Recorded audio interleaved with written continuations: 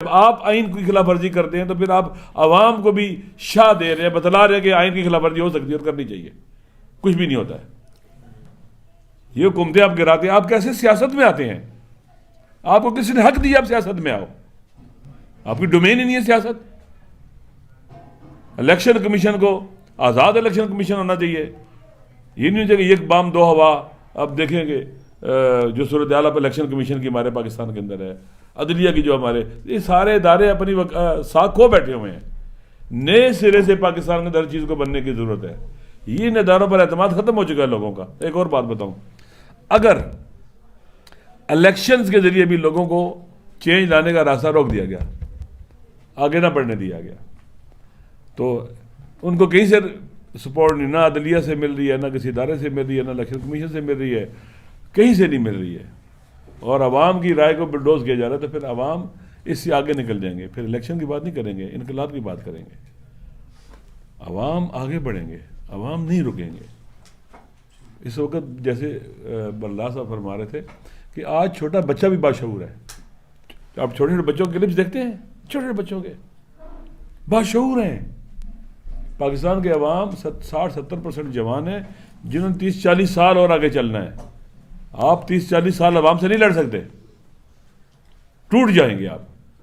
لہٰذا بہتر یہ کہ آپ کے اپنی ڈومین میں واپس چلا جائے اور فری اینڈ فیئر الیکشن کرائے، صاف شفاف، اور جو الیکشن جیتا اس کے حوالے کیا جائے. بلڈوز نہ کریں. عوام دیکھ رہے ہیں، ہر آدمی دیکھ رہا ہے کہ جی کہ ایک آدمی کو انگلینڈ سے لایا گیا ہے، ایک بیمار آدمی کو، اور اس کو مسلط کرنے کے لیے سارے غلط کام ہو رہے ہیں. اس میں کون سی ایسی چیز ہے کہ بہت ہی دنیا کا نابغہ انسان ہے جو نہ کتاب پڑھتا ہے، نہ ویژنری ہے، نہ کوئی اس کو پتہ ہے چیزوں کا، بس سوائے جوڑ توڑ کے اور پیسے لگا کے بندوں کے ساتھ لگانے کا اور کرپٹ کرنا لوگوں کو. یہ فرعون کی عادت تھی. استخف قوم فاتا ہو، اپنی قوم کو کیا کہتے ہیں کہ کریکٹر لیس بنا کر سبک کرتا تھا، ہلکا کرتا تھا. پھر وہ جو کرپٹ ہو جاتے تھے وہ فرعون کا ساتھ دیتے تھے. اس لیے کہ کرپٹ لوگ چاہتے ہیں کہ دوسرے بھی کرپٹ ہو جائیں تاکہ ایک امام میں سارے ننگے ہو جائیں اور پھر مل کے کھائیں. تو میرے خیال میں پاکستان کے عوام کبھی برداشت نہیں کریں گے. اگر آپ نے ان کا انتخابات کے ذریعے، الیکشن کے ذریعے راستہ روکا چینج لانے کا، تو پھر آئندہ وہ کیا کریں گے؟ پھر آپ کے الیکشن کمیشن پر اعتماد ختم، عدلیہ پر اعتماد ختم، بیوروکریسی پر اعتماد ختم، اسٹیبلشمنٹ پر اعتماد ختم. جب سب پر اعتماد ختم ہو جائے گا پھر کون سا راستہ بچے گا ان کے پاس؟ پاکستان سے تو یہ بھاگ کے نہیں جائیں گے. ان کے پاس وسائل ہی نہیں، اتنے پیسے نہیں ہیں کہ پاکستان سے بھاگ کے جائیں. انہوں نے یہی رہنا ہے، اس کو ٹھیک کر کے رہنا ہے انشاءاللہ. پاکستان کے عوام 1 سال اور 10 ماہ سے آپ کے مقابلے میں کھڑے ہیں. آپ کے ہر اقدام کو وہ ناکام بنا رہے ہیں. تو پاکستان کے عوام برداشت کر لیں گے؟ نہیں کریں گے کبھی بھی. لوگ مقابلہ کریں گے. تیسری بات یہ کہ پاکستان کے ویسے بھی حالات بہت خراب ہیں، اکنامیکلی، سوشلی اور سیکورٹی کے حوالے سے، پولیٹیکلی بہت بحرانوں کا شکار ہے پاکستان. ایسے کھوکھلا ہوا ہے. تو یہ کس طرح سے پاکستان کو اس طرح سے آگے لے جائیں گے؟ ارریلیونٹ ہے. 25-26 کروڑ عوام کا ایٹریبیوٹ ارریلیونٹ ہے دنیا کے بدلتے ہوئے حالات کے اندر. آپ دیکھیں پاور شفٹ ہو رہی ہے ویسٹ ایسٹ کی طرف. پاکستان ارریلیونٹ ہے. غزہ کے مسائل میں پاکستان کہاں ہے؟ فلسطین کے مسئلے میں پاکستان کہاں ہے؟ مثال کے طور پر کوئی وہ نہیں ہے. پاکستان نظر ہی نہیں آتا ہے. تو یہ بالکل آئسولیٹڈ ہے، اور بالکل جیسے نہیں کہتے کہ منزوی ہو چکے ہوئے ہیں، اور جیسے ان کو کوئی جانتا ہی نہیں دنیا میں. ان کی حالت یہ بن گئی ہے، پاکستان کو یہاں لے کے آ گئے ہیں. تو یہ پاکستان میں یہ چیز کبھی نہیں چلے گی. پاکستان کے عوام اس کو نہیں چلنے دیں گے کہ ان پر مسلط کی جائے، ٹھونسی جائے. اگر آئین پر کام نہیں ہوا اور آئین کے مطابق سلسلہ نہیں چلایا گیا تو لوگ پھر آئین سے بھی نہیں. دیکھیے یہ جو ابھی اسٹریٹجی، یہ جو حالات راجہ صاحب نے بیان کیے ہیں، یہ ابن زیاد کی اسٹریٹجی ہے کہ خوف پھیلا دو، ہر طرف خوف پھیلا دو. خوف کوئی حل نہیں ہوتا.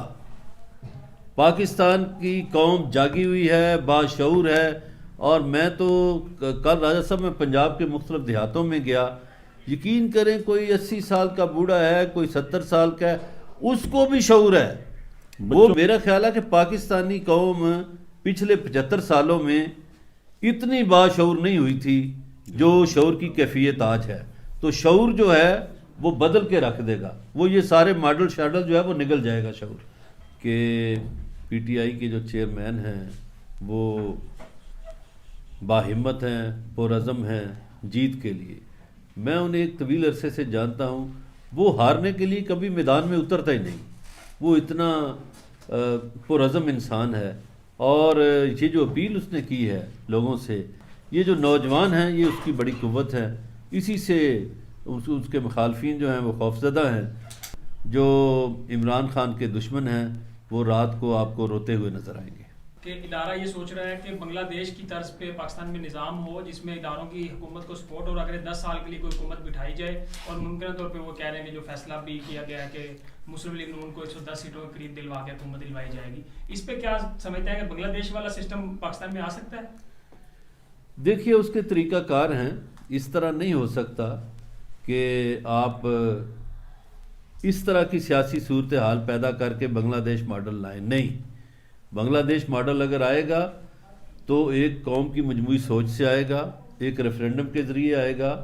آپ کا آئین کہتا ہے آپ کسی ایشو پہ ریفرینڈم کرا لیں، آپ صدارتی نظام کی طرف چلے جائیں، آپ کسی اور ماڈل کی طرف جانا چاہتے ہیں جائیں، لیکن آئینی راستہ اختیار کرنا پڑے گا، کسی کو مسلط کر کے نہیں.